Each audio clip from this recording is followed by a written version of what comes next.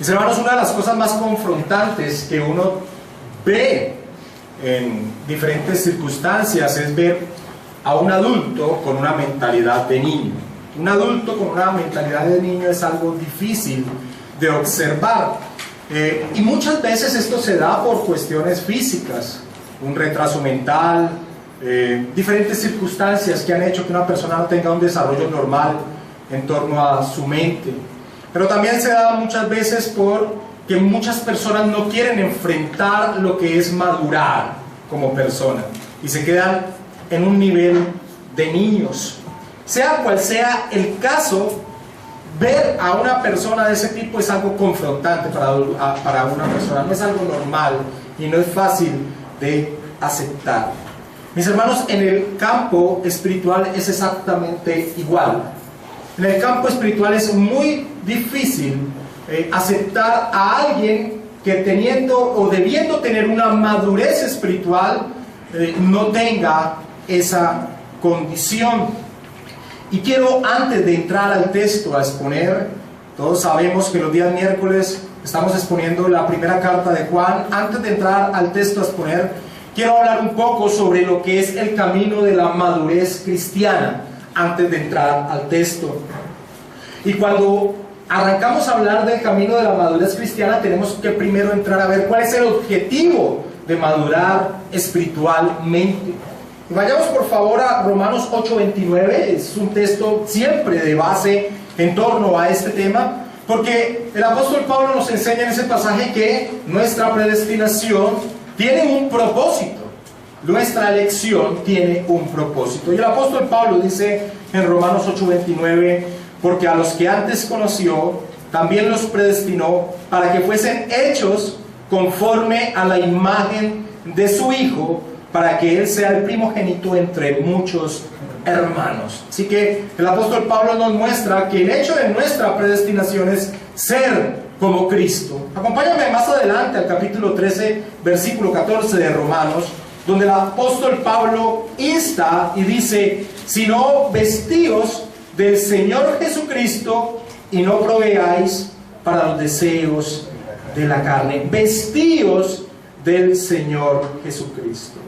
Segunda de Corintios capítulo 3 versículo 18, el apóstol Pablo dice, y voy a leerlo de Nueva Versión Internacional: así todos nosotros, que con el rostro descubierto reflejamos como en un espejo la gloria del Señor, somos transformados a su semejanza con más y más gloria por la acción del Señor, que es el Espíritu. Y finalizo este primer bloque pequeño en torno a ¿cuál es el objetivo? ¿Cuál es la meta en torno al crecimiento espiritual? Con Efesios capítulo 4 versículo 15, el apóstol Pablo dice: sino que siguiendo la verdad en amor, crezcamos en todo en aquel que es la cabeza, esto es Cristo. Así que la meta del crecimiento espiritual es llegar a ser como Cristo. Y el Nuevo Testamento está lleno de exhortaciones en torno a esta verdad. Ahora, el crecimiento espiritual tiene un nombre teológico y se llama como la santificación. El crecimiento espiritual, la madurez cristiana, tiene ese nombre teológico, la santificación. Y en la santificación, que es parte de la aplicación de nuestra salvación, nosotros tenemos una parte responsable. Vamos a Efesios capítulo 1 versículo 3 al 4, que nos enseña que nosotros fuimos salvos para ser santos. Bendito sea el Dios y Padre de nuestro Señor Jesucristo, que nos bendijo con toda bendición espiritual en los lugares celestiales en Cristo, según nos escogió en Él antes de la fundación del mundo, para que fuésemos santos y sin mancha delante de Él. Y en el capítulo 2 de Efesios, versículo 8 al 10 dice: porque por gracia sois salvos por medio de la fe, y esto no de vosotros, pues es don de Dios, no por obras, para que nadie se gloríe, porque somos hechura suya, creados en Cristo Jesús para buenas obras, las cuales Dios preparó de antemano para que anduviésemos en ella. Así que tenemos un objetivo en torno al crecimiento espiritual, es ser como Cristo. El Nuevo Testamento nos insta a ser como Cristo, y también vemos que nuestra elección, nuestra salvación tiene un objetivo: ser santos, ser santos. Y en ese proceso de la salvación, que es la santificación, ese crecimiento espiritual, nosotros somos responsables. En la aplicación de la salvación hay eventos en los cuales nosotros no participamos. En la elección o predestinación nosotros no tenemos ninguna participación, ni siquiera nos existíamos. En el nuevo nacimiento nosotros no tenemos participación, no tenemos la capacidad de nacer de nuevo. Pero en torno a ese crecimiento espiritual, nosotros somos responsables del crecimiento espiritual. Así que, y tomando como inicié, ver a una persona que, debiendo ser ya madura espiritualmente, estar en un estado que no lo es algo difícil de ver y difícil de aceptar, pero lo encontramos. Hay una responsabilidad en torno a nuestro crecimiento espiritual. El apóstol Pablo dice: transformaos. El apóstol Pablo dice: vestíos del Señor Jesucristo. Y esto lo que involucra es que hacemos parte de esa transformación de nuestro ser. Somos responsables. Acompáñame a Efesios capítulo 4, versículo 22 al 24. El apóstol Pablo dice: en cuanto a la pasada manera de vivir, despojaos, y esto nos corresponde, del viejo hombre, que está viciado conforme a los deseos engañosos, y renovaos, y esto nos corresponde, en el espíritu de vuestra mente, y vestíos, y esto nos corresponde, del nuevo hombre, creado según Dios en la justicia y santidad de la verdad. Así que en el proceso de crecer espiritualmente tenemos nosotros una responsabilidad, pero para mí siempre el texto que más claramente expone esta responsabilidad que tenemos como creyentes de crecer espiritualmente es Filipenses capítulo 2, versículo 12. Filipenses capítulo 2, versículo 12. El apóstol Pablo le dice a la iglesia de Filipos: por tanto, amados míos, como siempre habéis obedecido, no como en mi presencia solamente, sino mucho más ahora en mi ausencia, ocupados en vuestra salvación con temor y temblor. Ocupados en vuestra salvación con temor y temblor. Ahora, ese ocupados en vuestra salvación claramente no está hablando de que nosotros tenemos la capacidad de ser salvos. La salvación es un regalo de Dios. Así que lo que está insinuando el apóstol Pablo es que tenemos una responsabilidad en torno al objetivo de haber sido salvos. Es más, el contexto de ese pasaje de Filipenses capítulo 2 es que imitemos a Cristo. Precisamente acaba de dar una exhortación en torno a imitar a Cristo. En el versículo 5 dice: haya pues en vosotros este sentir que hubo también en Cristo Jesús, y muestra la obra de Cristo de Jesús, de siendo en forma de Dios, se humilló hasta la cruz, y es imitar a Cristo. Así que ocupados en vuestra salvación con temor y temblor, lo que habla es precisamente de todo lo que habla el Nuevo Testamento en torno a nuestro crecimiento espiritual. Somos responsables de nuestro crecimiento espiritual. Ahora, como en todo, Dios obra, y por eso el versículo 13 dice: porque Dios es el que vosotros produce el querer como el hacer por su buena voluntad. Pero somos responsables de nuestro crecimiento espiritual. Ahora, en torno a este tema de crecimiento espiritual o santificación, tenemos que tener claro que nosotros podemos tener esa exhortación, ¿cuál? De crecer espiritualmente. Tenemos esa responsabilidad, ¿cuál? De crecer espiritualmente, porque estamos parados sobre una base que es la obra de nuestro Señor Jesucristo. Es decir, que la obra de salvación nos permite a nosotros pararnos sobre ella y poder crecer en torno a nuestra santificación. ¿Qué quiero decir con esto?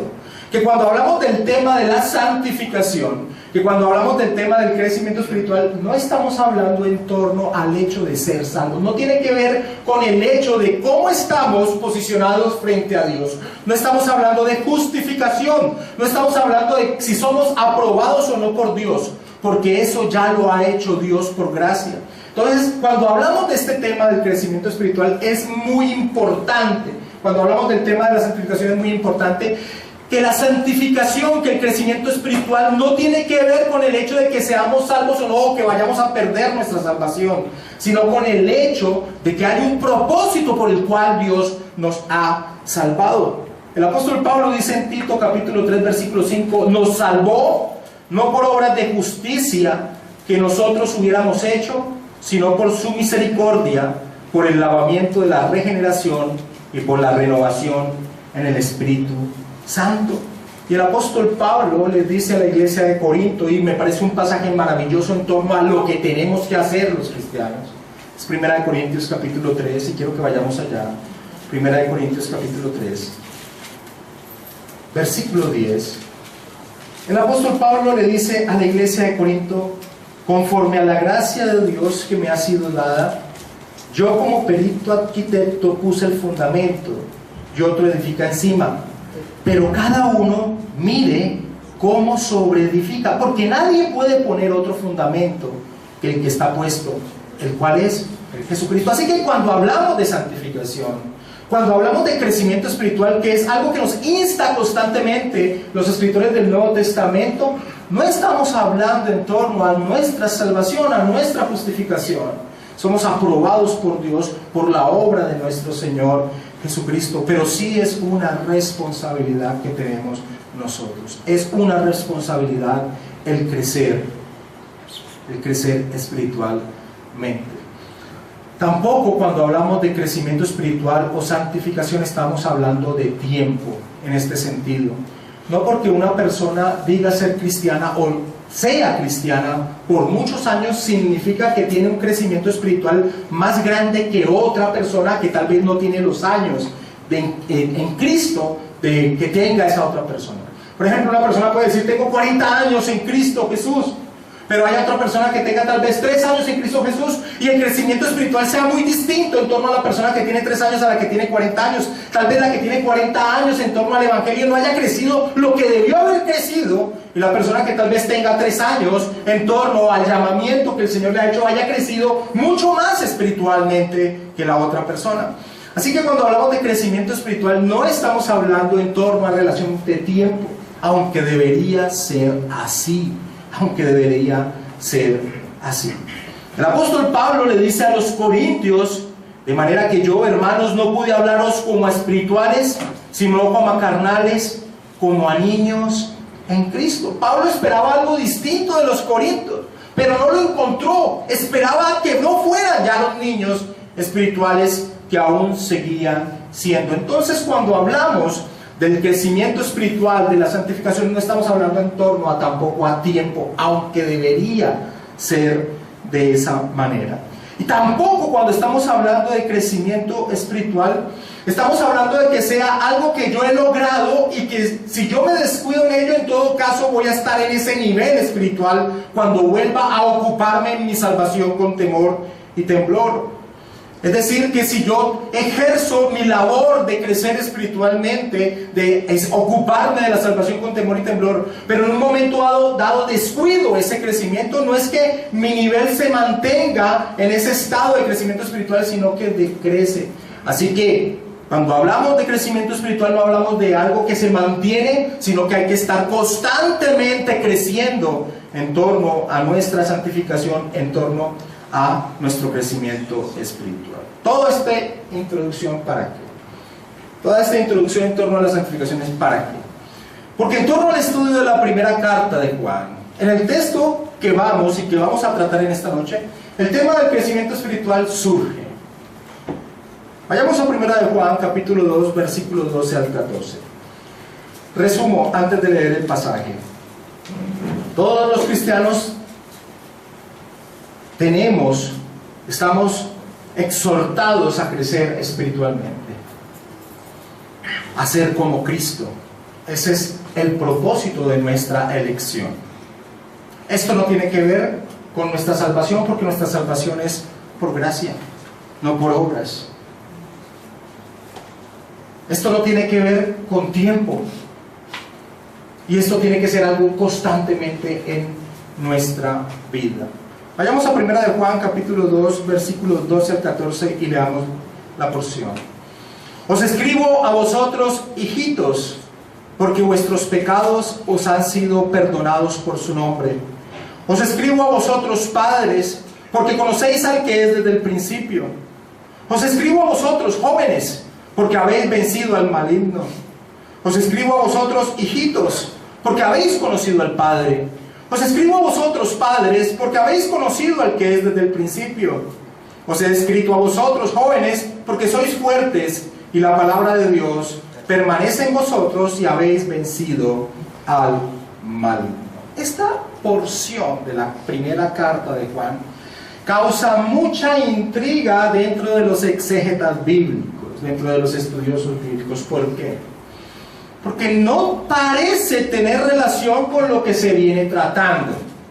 ¿Qué se viene tratando? Hemos venido tratando en la primera carta de Juan pruebas que el apóstol Juan coloca en torno a quién es un verdadero cristiano. Pero de un momento a otro aparece dentro de esas pruebas, y que va a continuar dentro de esas exhortaciones, aparece este pasaje que ha llevado a muchos exégetas a decir: no hace parte de la carta original. Hasta ese nivel de sorpresa en torno al estudio de la carta de Juan se llega cuando se encuentra este pasaje, que es un pasaje muy hermoso, es un pasaje casi que poéticamente construido, aunque realmente no es poesía. Así que debemos entender el por qué el apóstol Juan introduce este pasaje en medio de esos pasajes complejos de pruebas que él ha colocado antecediendo a este pasaje. Todos sabemos y hemos estudiado que la primera carta de Juan es una carta apologética que defiende la fe una vez dada a los creyentes por medio de los apóstoles, la cual estaba siendo tergiversada por maestros falsos que habían surgido del interior de la misma iglesia, que estaban enseñando doctrinas totalmente contrarias a las doctrinas que los apóstoles habían enseñado a la iglesia. Y quiero que hagamos un resumen de esas exhortaciones o formas en que el apóstol Juan trata de mostrar o identificar a los falsos maestros. Vayamos a 1 de Juan capítulo 1 versículo 6. Si decimos que tenemos comunión con Él y andamos en tinieblas, mentimos y no practicamos la verdad. Versículo 8. Si decimos que no tenemos pecado, nos engañamos a nosotros mismos y la verdad no está en nosotros. Versículo 10. Si decimos que no hemos pecado, le hacemos a Él mentiroso y su palabra no está en nosotros. Capítulo 2, versículo 4. El que dice yo le conozco y no guarda sus mandamientos, el tal es mentiroso y la verdad no está en él. Versículo 6. El que dice que permanece en él debe andar como él anduvo. Versículo 9. El que dice que está en la luz y aborrece a su hermano está todavía en tinieblas. Y son palabras fuertes y tenían una intención. ¿Cuál era la intención del apóstol Juan?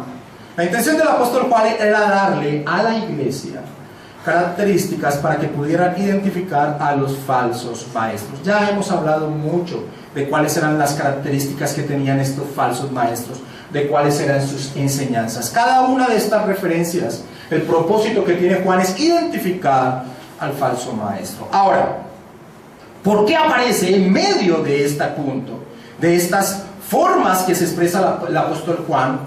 ¿Por qué aparece este texto que vamos a estudiar en esta noche? Y la respuesta es la siguiente: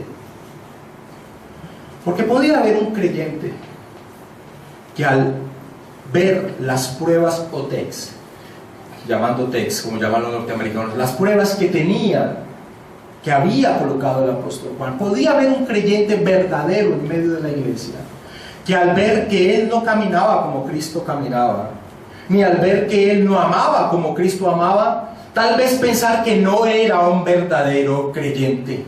Así que en medio de todas estas características que está colocando el apóstol Juan, es como si el apóstol Juan se detuviera un momento y pensara en algún creyente verdadero que llegara a preguntarse: si esto es así, que el que está en él debe andar como él anduvo, y yo veo en mi vida que no estoy caminando como Cristo caminó, o si debo amar como Cristo amó, posiblemente entonces yo no sea un verdadero creyente. Y en torno a esa posible circunstancia que se puede dar en medio de la iglesia, el apóstol Juan trae este texto que vamos a estudiar en esta noche. La pregunta que surge antes de empezarla a estudiar es la siguiente: ¿cómo puedo saber si yo realmente estoy en Cristo? Si Él ha colocado unas pruebas en torno a cómo puedo saber si es verdaderamente un creyente, y yo muchas veces puedo ver que no estoy caminando de esa manera, o no estoy amando de esa manera. ¿Cómo puedo saber si realmente yo estoy en Cristo? Y la respuesta es la siguiente: si yo anhelo caminar como Cristo caminó, sí, o sea, una vida en santidad plena, una vida para la gloria de Dios. Si yo anhelo amar como Cristo amó, sin duda alguna es porque Dios nos ha dado vida espiritual. Si alguien, ante esos parámetros que el apóstol Juan coloca para identificar o no a verdaderos creyentes o falsos creyentes, yo me veo en ello, en ese caminar, en ese deseo, en ese anhelo de lograrlo, sin duda alguna es porque el Señor me ha dado vida espiritual, porque esto no surge de forma natural en las personas. Las personas no anhelan de forma natural caminar en santidad, no lo anhelan. Las personas no anhelan de forma natural amar como Cristo ama. Esto no surge de esa manera. Así que todos esos parámetros es la meta a llegar, el objetivo a obtener, que es como Cristo. Y todos caminamos, la iglesia camina en pos de ese objetivo. Es como si el apóstol Juan dijera: hijitos amados, en el caminar cristiano hay diferentes grados de madurez cristiana. Niños, jóvenes, padres, pero todos los que están en ese caminar están unidos a Cristo, están unidos a Cristo. El apóstol Juan tiene que parar y tiene que pensar en aquellos que apenas están en un grado menor de su crecimiento espiritual, y tiene que parar y tiene que pensar en otros que tal vez llevan un paso superior, pero todavía plenamente no pueden decir que están dentro de esa misma voluntad del Señor, de verse caminando como el Señor Jesucristo, o amar como el Señor Jesucristo, o pensar en algunos que están en un grado de crecimiento espiritual mayor. Pero el objetivo es, en esta porción, darle seguridad a la iglesia de que se está en Cristo, de que se está en Cristo. Una persona que no ha nacido de nuevo no anhela la santidad, no la anhela, no anhela ser como Cristo, no le interesa, no es el propósito de su vida. Su vida gira en torno a otros propósitos muy distintos a los propósitos que el creyente verdadero empieza a tener cuando ha nacido de nuevo. Porque si ha nacido de nuevo es con un objetivo que Dios tiene, y Dios va a cumplir ese propósito en nuestra vida, va a cumplir ese propósito en nuestra vida. Así que Juan se detiene a pensar en algún creyente verdadero. Acompáñame a 1 de Juan capítulo 5 versículo 13 y mira cuál es la intención de Juan al escribir la carta. La intención de Juan al escribir la carta no es de llenar de inseguridad a los verdaderos creyentes. Por el contrario, la intención de Juan al escribir la carta es darles seguridad. Él dice en 1 de Juan 5:13: estas cosas os he escrito a vosotros que creéis en el nombre del Hijo de Dios, para que sepáis que tenéis vida eterna, y para que creáis en el nombre del Hijo de Dios. Es darle seguridad, pero en medio de la confrontación y de las pruebas que está colocando para desenmascarar a estos falsos maestros, piensa que tal vez alguien diga: tal vez yo no soy un verdadero creyente. Y pensando en ellos es que el apóstol Juan trae en esta porción. Juan sabe que tiene que dar claridad a la iglesia que todos estamos en un proceso de crecimiento continuo. Juan sabe que tiene que dar claridad a la iglesia que todos estamos en un crecimiento continuo, y que si en algún momento dentro de los parámetros que la Escritura nos coloca no nos vemos a ese nivel, no debemos dudar si anhelamos llegar a ese nivel, y si estamos haciendo lo que debemos hacer para llegar a ese nivel, y si nos estamos ocupando con temor y temblor en caminar como la Escritura dice que debemos caminar. Así que ese es el objetivo de este pasaje que quiero que volvamos a leer y vamos a entrar a estudiar. 1 de Juan 2, 12 al 14. Os escribo a vosotros, hijitos, porque vuestros pecados os han sido perdonados por su nombre. Os escribo a vosotros, padres, porque conocéis al que es desde el principio. Os escribo a vosotros, jóvenes, porque habéis vencido al maligno. Os escribo a vosotros, hijitos, porque habéis conocido al Padre. Os escribo a vosotros, padres, porque habéis conocido al que es desde el principio. Os he escrito a vosotros, jóvenes, porque sois fuertes, y la palabra de Dios permanece en vosotros y habéis vencido al maligno. El apóstol Juan trae, digámoslo así, 3 niveles en torno al crecimiento espiritual: padre, jóvenes e hijitos. Y esto no tiene que ver con tiempo cronológico de vida. Esto no tiene que ver con tiempo cronológico de vida, sino en torno al estado espiritual de las diferentes personas en la iglesia. Padre, en la metáfora de Juan, puede ser un hombre de 25 años que ha empezado hace un tiempo a caminar en torno a su santidad por la obra del Espíritu Santo en su ser. E hijitos, puede ser un hombre de 70 años que lleve mucho tiempo supuestamente caminando en torno a la santidad, pero no ha llegado a un nivel alto en torno a su santidad. Así que dentro de esa metáfora que el apóstol Pablo trae, no estamos hablando de tiempo cronológico. El apóstol Pablo le dice a Timoteo lo siguiente en 1 Timoteo 4:12: ninguno tenga en poco tu juventud, sino sé ejemplo de los creyentes en palabra, conducta, amor, espíritu, fe y pureza. Así que un padre en esta metáfora que Juan trae puede ser alguien tan joven como lo era Timoteo. Y Timoteo era ejemplo de verdad, ejemplo de palabra, conducta, amor, espíritu, fe y pureza, porque no estamos hablando aquí, y Juan no está hablando aquí de edades. Ahora, arrancando a estudiar las diferentes expresiones que utiliza Juan, tenemos que hacer una diferencia entre el hijitos que aparece en el versículo 12 y el hijitos que aparece en el versículo 13 hacia el final. El hijitos, la expresión hijitos que el apóstol Juan utiliza arrancando esta porción en el versículo 12 es utiliza la palabra tecnia griega. La palabra tecnia griega era una palabra que el apóstol Juan ha utilizado para referirse a todos los cristianos.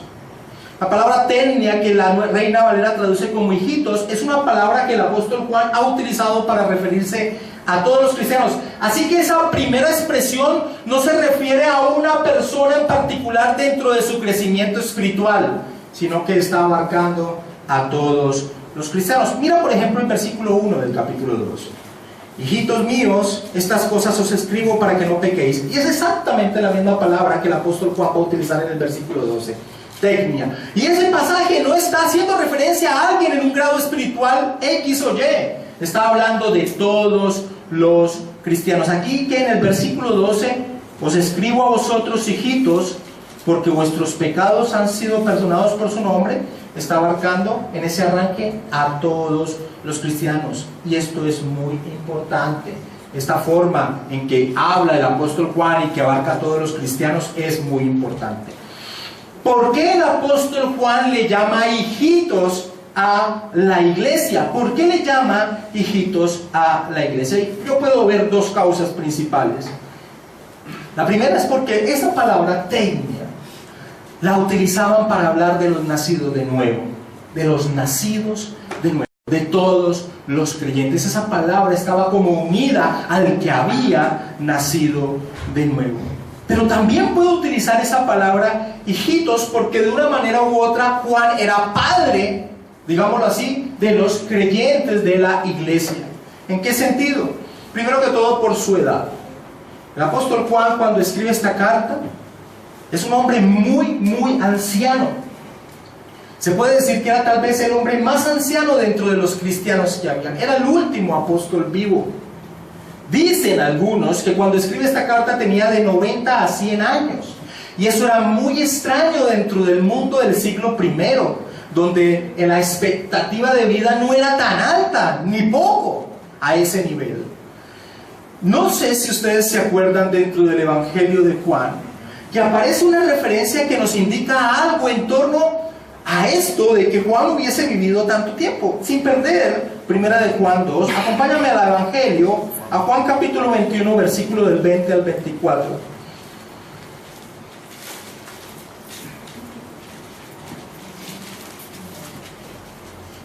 Volviéndose Pedro, vio que le seguía el discípulo a quien amaba Jesús, que es el apóstol Juan.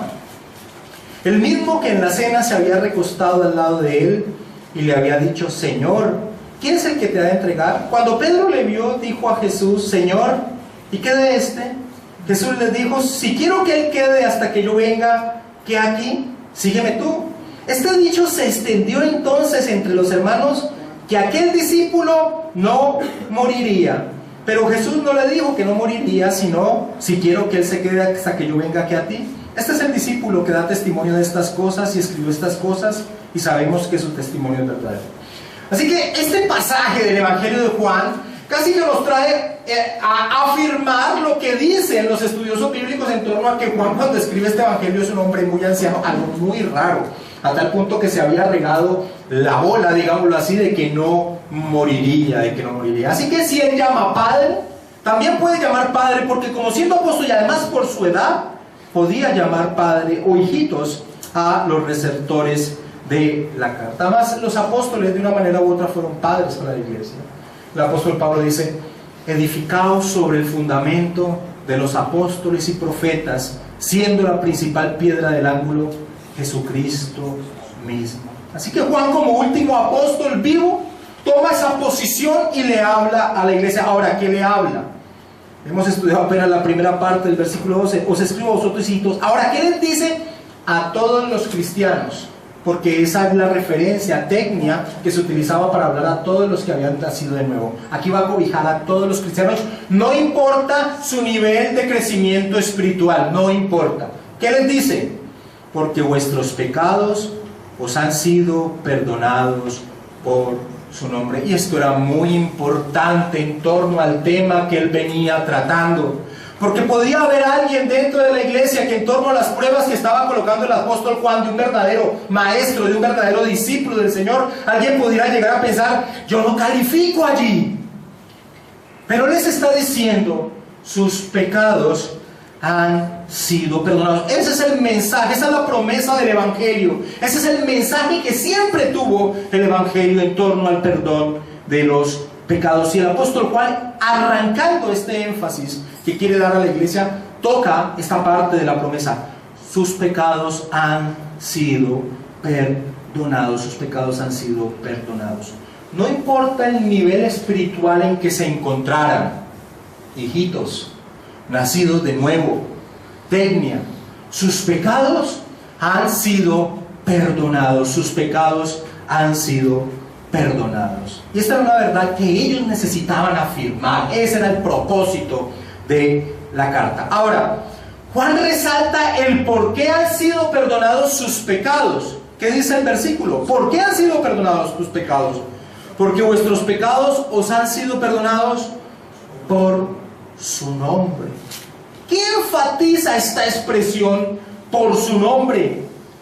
Lo que enfatiza es que el perdón de los pecados no se debe a nada que ellos hubiesen podido o dejar de hacer, sino en torno a la propia voluntad de Dios.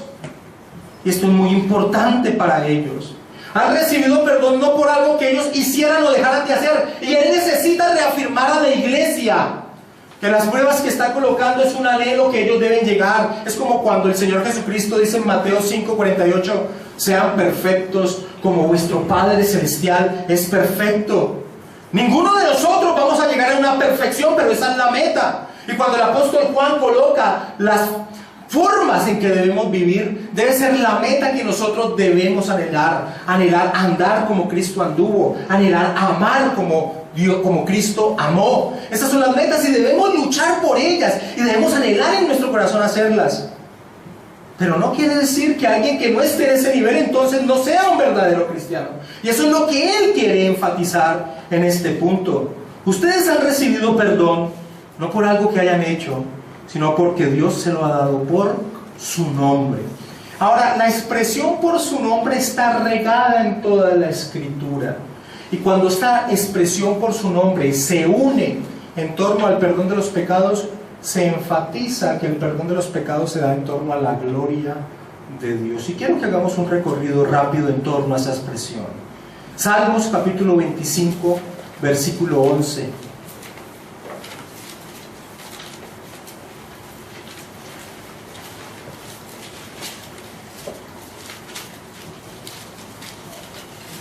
Por amor de tu nombre, oh Jehová, perdonarás también mi pecado, que es grande. Por amor de tu nombre, oh Jehová, perdonarás también mi pecado, que es grande.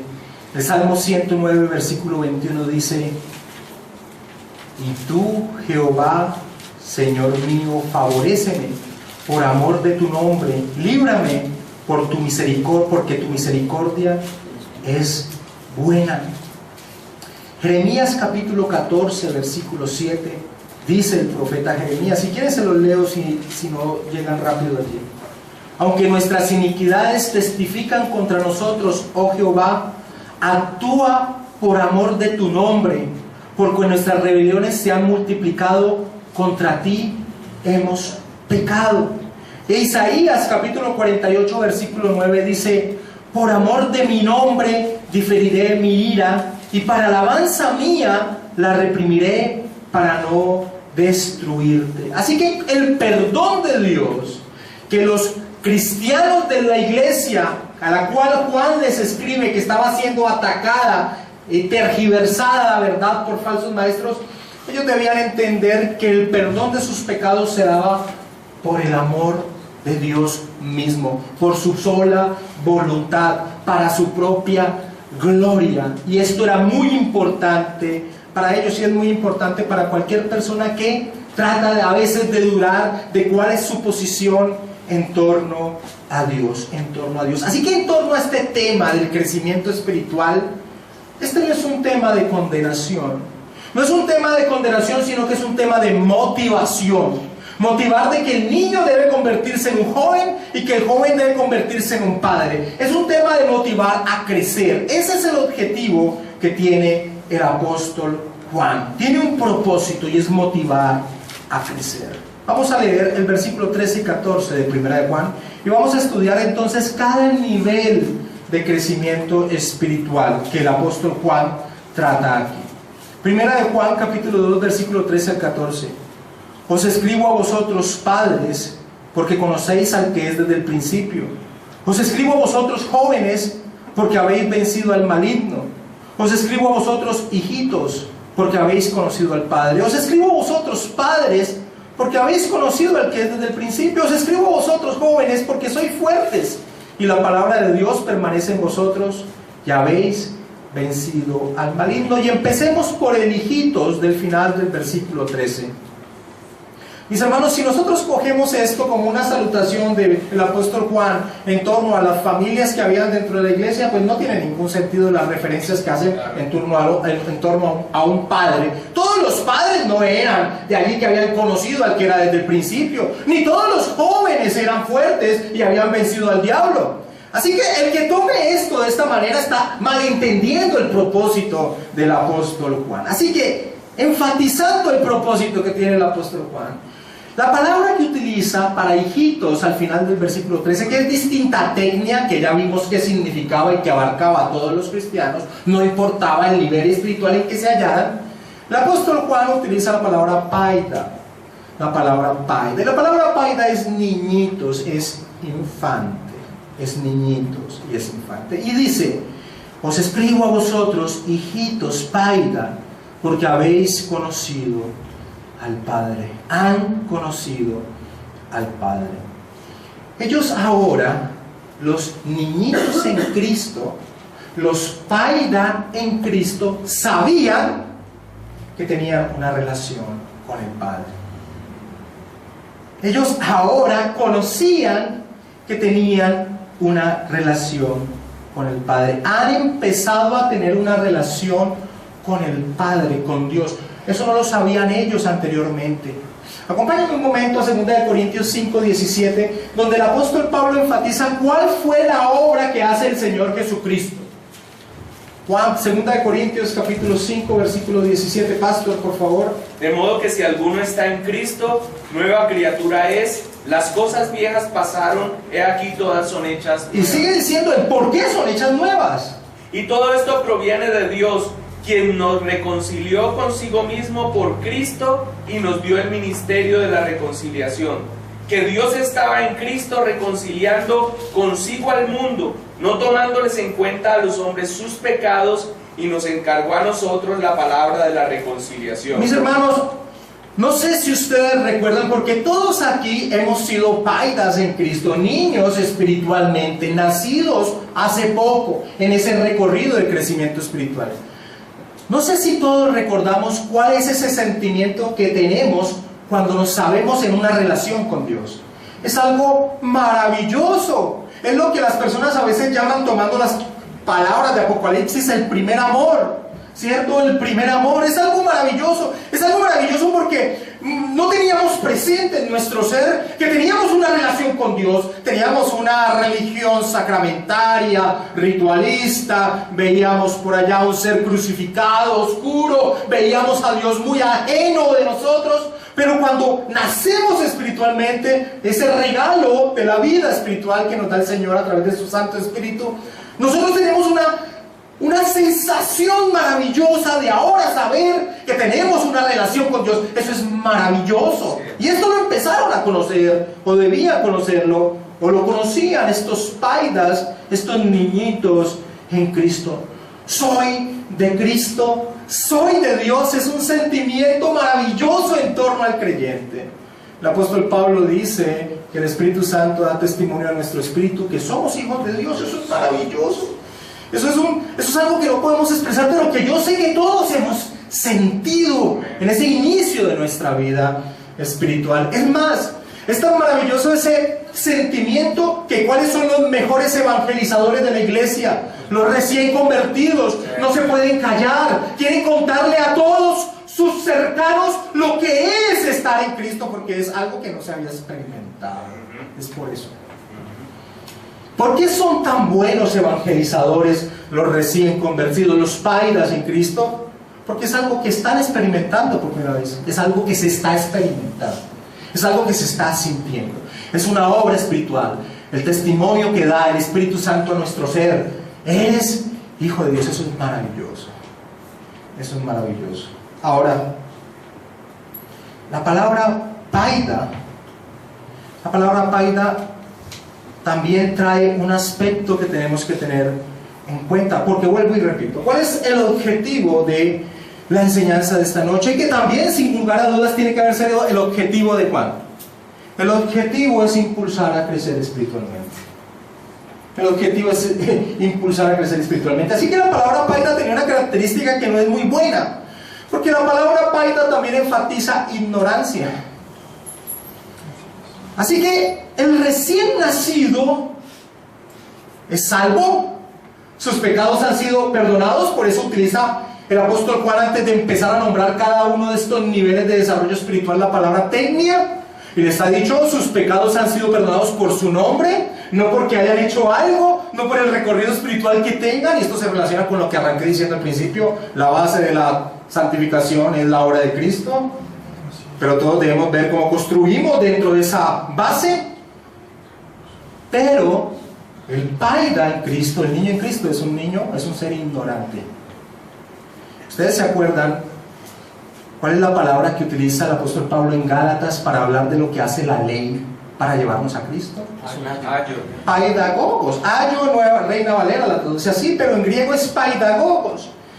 Paidagogos era una función de un hombre que tenía que coger de la mano al niño y formarlo. Así que cuando el apóstol Juan utiliza la palabra paida en torno a los niños en ese proceso de crecimiento espiritual, está enfatizando que los niños en Cristo son personas que necesitan una guía, necesitan crecer, son inexpertos. Ahora, lo terrible, y tomando la analogía que puse al principio de la enseñanza de lo terrible que es ver a un adulto con una mente de niño, ver a un cristiano que debiendo estar en un nivel espiritual distinto, aún como un paida, es terrible. como un niño en Cristo, como recién nacido, inexperto. Mis hermanos, quedarse en la emoción del nuevo nacimiento, quedarse allí y no crecer es peligroso. ¿Por qué? Porque pasado el tiempo, esa emoción que se sintió al inicio de nuestra vida cristiana ya no se tiene. ¿Por qué? ¿Por qué ustedes no tienen la emoción que tuvieron cuando nacieron de nuevo? Ustedes aman al Señor, pero ya no tienen esa misma emoción que sintieron cuando se sintieron en una relación con el Señor. ¿Por qué? Porque ya no es una novedad en su ser. Ya no es una novedad en su ser que ustedes tienen una relación con Dios. Ustedes ya lo saben, pero en ese momento no lo sabían y lo sentían y era maravilloso. Pero eso, con el tiempo, no es el mismo posición en torno al sentimiento. Así que quedarse como un niño en Cristo es muy peligroso porque es un ser inexperto. Y un niño en las manos, de un mal hombre es un gran peligro. Es un gran peligro. El apóstol Juan, cuando escribe la carta a los Corintios, a la primera Corintios, es una carta exhortativa. Todos conocemos el desorden tan inmenso que había aún dentro de la liturgia de los Corintios.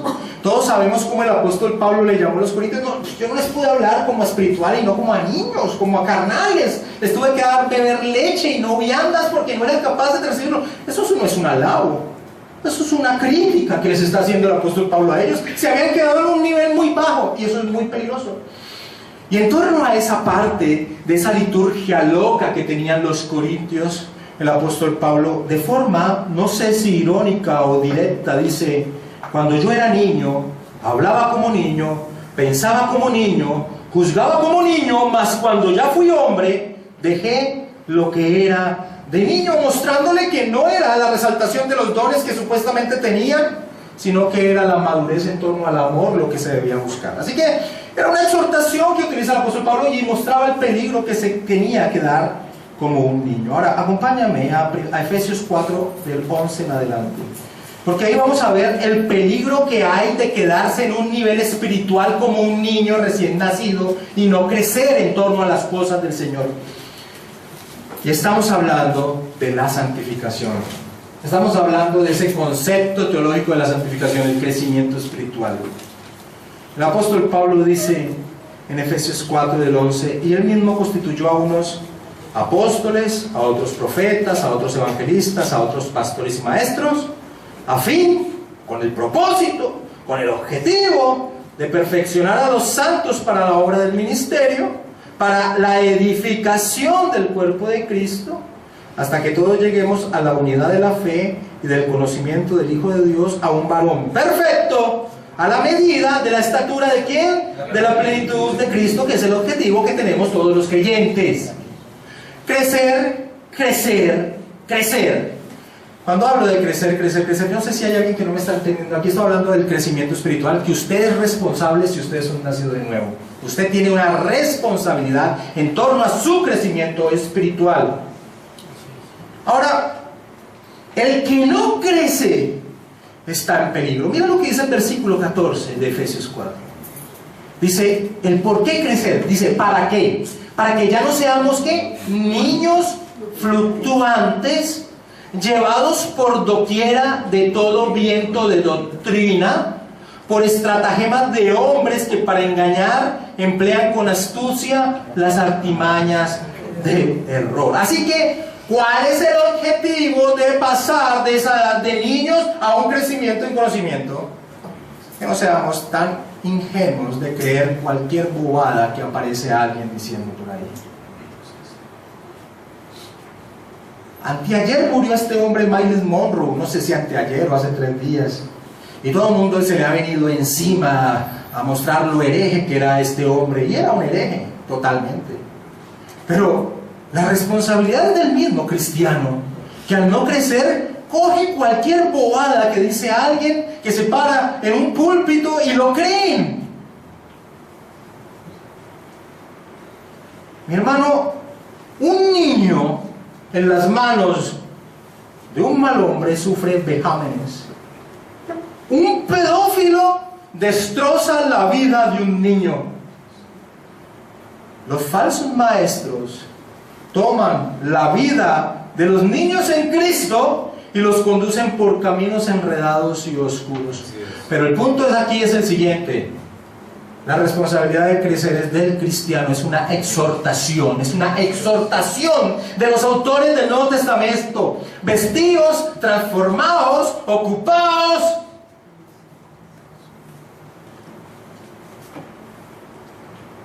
Pero las personas se quedan en la emoción cristiana. Si nosotros tendríamos que definir la iglesia del siglo XX y parte de la iglesia del siglo XXI o en estos inicios, ¿cómo definiría la iglesia cristiana? La iglesia emocional. ¿Qué es lo que mueve mi emoción? Eso es lo que la gente busca. Busca a alguien que se pare y motive ese corazón abatido que se halla allí, que salga de esa puerta con gasolina para la semana. Eso es ser niños en Cristo. Eso es un nivel infantil. Pero muchas personas se quedan allí. Es un gran peligro. El cristiano debe crecer espiritualmente. No se puede quedar en ese nivel. Y el versículo 15 de Efesios 4 entonces dice: sino que siguiendo ¿qué? La verdad en amor, crezcamos en todo en aquel que es la cabeza, esto es Cristo, que es nuestro objetivo. Para eso nos eligió Dios, para eso nos predestinó Dios, para ser hechos a la imagen de su Hijo. Y esta parte precisamente nos lleva al segundo grupo que toca el apóstol Juan.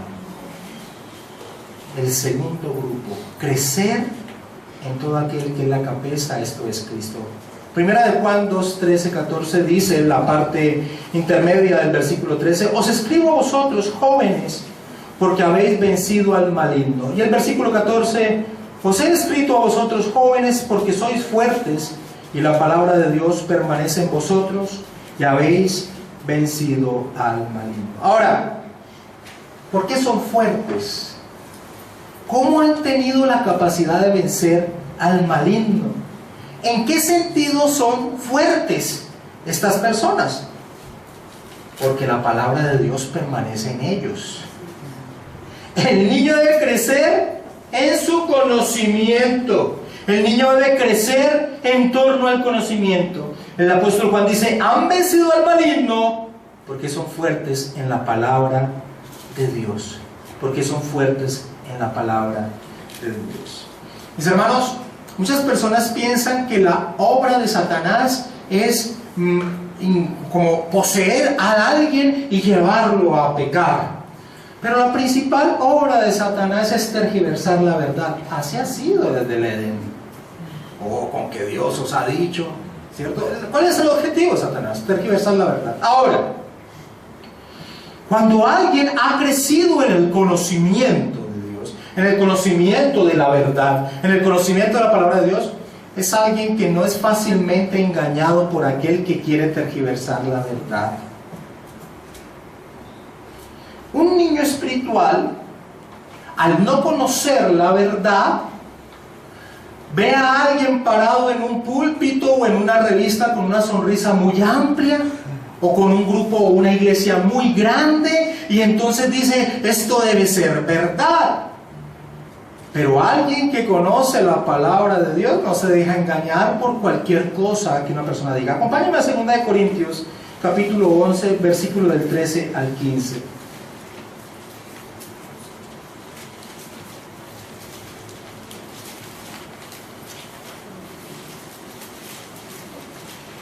Y aquí el apóstol Pablo trae unas características bastante fuertes en torno a un falso apóstol. 2 Corintios 11, 13 al 15. Porque estos son falsos apóstoles, obreros fraudulentos, que se disfrazan como ¿qué? Como apóstoles de Cristo, y no es maravilla. Y aquí lo tremendo es la relación que hacen con Satanás. Y no es maravilla porque el mismo Satanás se disfraza como ¿qué? Como ángel de luz. Así que no es extraño si también sus ministros se disfrazan como ministros de justicia, cuyo fin será conforme a sus obras. Ahora, el niño en Cristo se deslumbra por muchas cosas infantiles.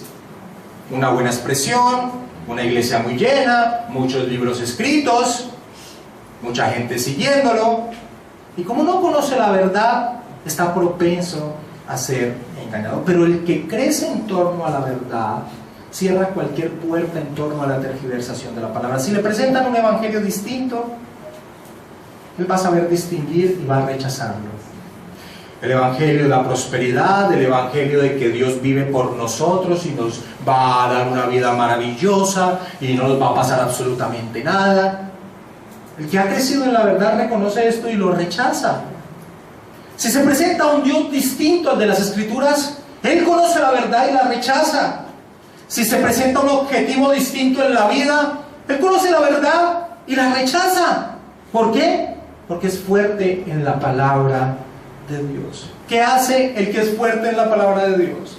Toma todo argumento que surja y lo pone a los pies de Cristo, es decir, lo va y lo consulta en la palabra, es ver si esto es así o no. Segunda de Corintios 10, versículo del 4 al 5.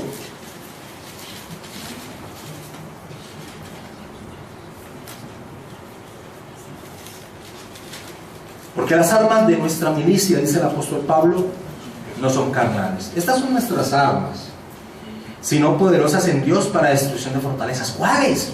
¿Cuáles son nuestras armas, Pablo? ¿Cómo nos defendemos los cristianos? Derribando argumentos y toda altivez que se levantan contra el conocimiento de Dios. ¿Y qué hacemos con esos argumentos y esa altivez? Y llevándolo cautivo todo pensamiento a la obediencia a Cristo. John MacArthur define que la guerra espiritual es la guerra por la verdad. Y tiene mucha razón. Así que alguien que es fuerte en las Escrituras, pues no va a ser engañado fácilmente. Ahora la pregunta que surge es maravilloso. Es maravilloso conocer la Escritura, ser fuertes en ella, tener principios teológicos claros. Es algo maravilloso. ¿Por qué no está catalogado en el nivel de papá? Sería la pregunta que haríamos.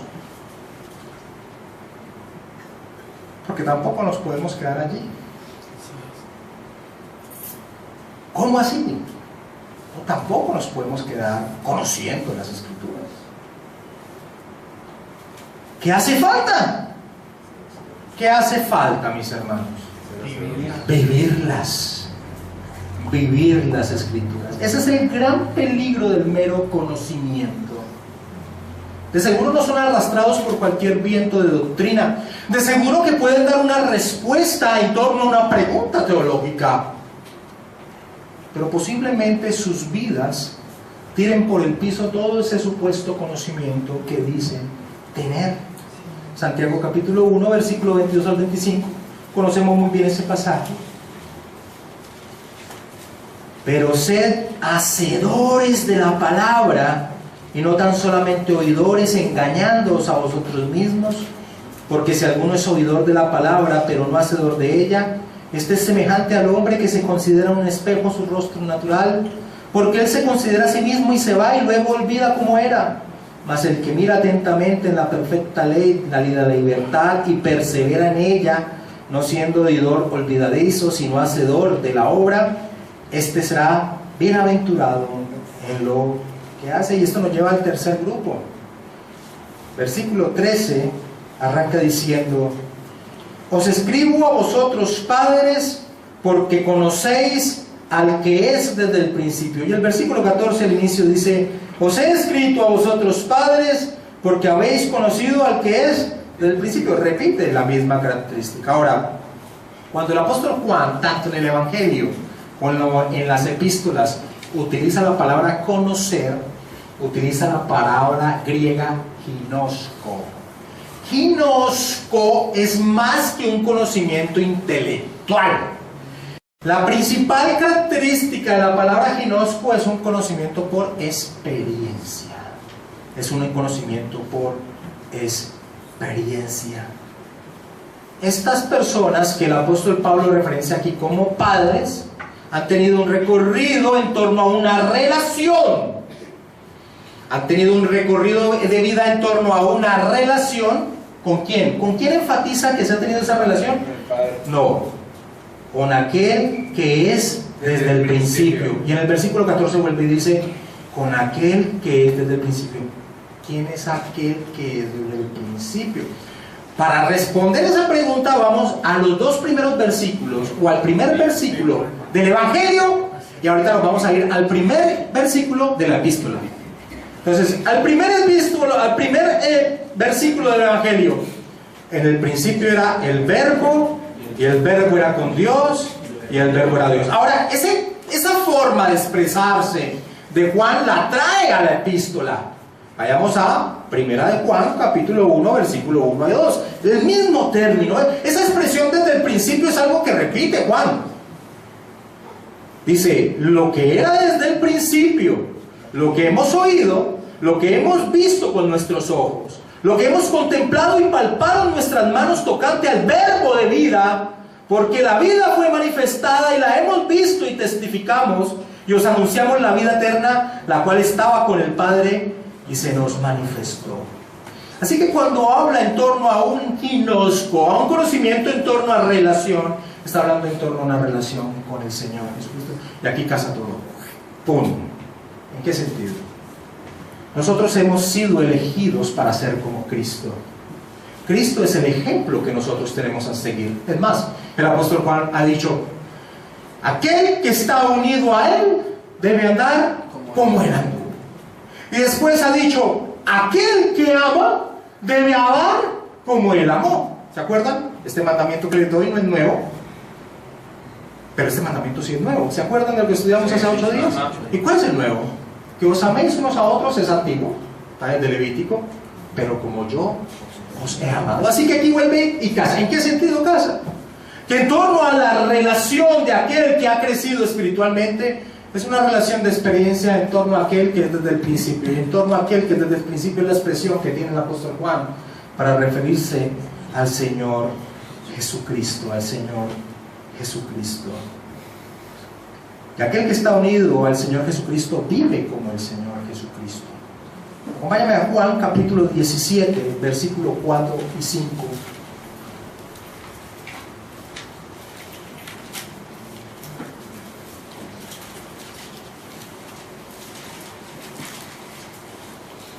Yo te he glorificado en la tierra, en esa oración maravillosa sacerdotal.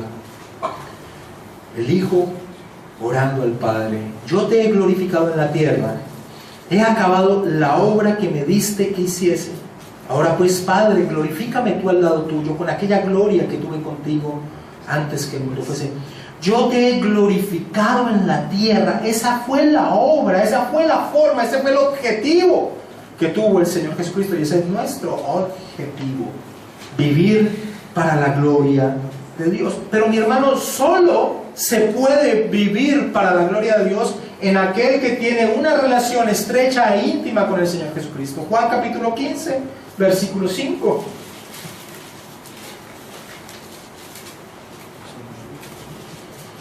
Yo soy la vid, vosotros los pámpanos. El que permanece en mí y yo en él, este lleva mucho fruto, porque separados de mí nada podéis hacer. Versículo 8.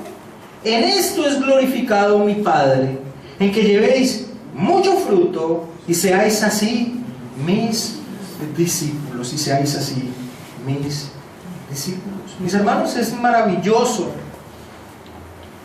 Ser niños en Cristo es algo que nunca olvidaremos. Yo recuerdo, es muy complejo que alguien sepa, yo nací en este momento, en ese día, a tal hora. Eso es una obra que hace Dios.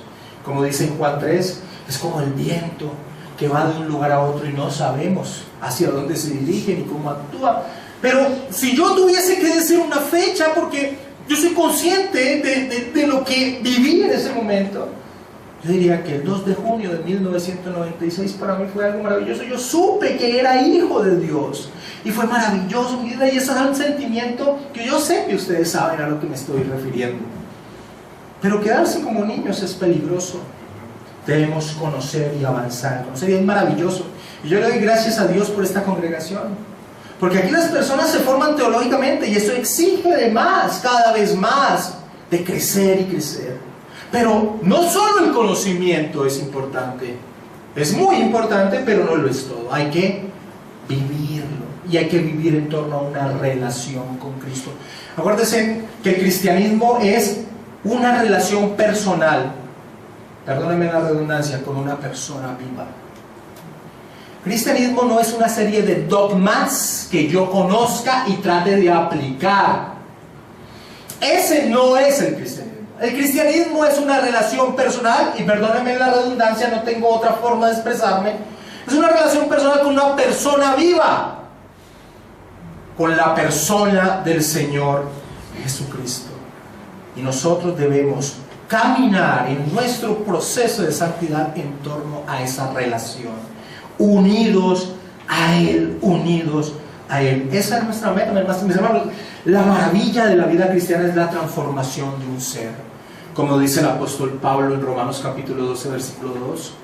No os conforméis, de conformar, de molde, no os conforméis a este mundo, sino sean transformados, y utiliza la palabra metamorfos, sino que sean transformados por medio de la renovación de vuestro entendimiento. Y en el versículo 1 ha dicho: presenten vuestros cuerpos como sacrificio vivo, santo, agradable a Dios, que es el culto que tiene sentido en torno a Dios. Así que, en torno a este bloque que causa tanto desconcierto en los exégetas bíblicos de por qué Juan utiliza estos términos allí, después de que ha venido dando pruebas o test en torno a qué es un verdadero cristiano, podríamos parafrasear al apóstol Juan de la siguiente manera: hijitos, el hecho de que no tengan una plena madurez espiritual no significa que ustedes no estén perdonados.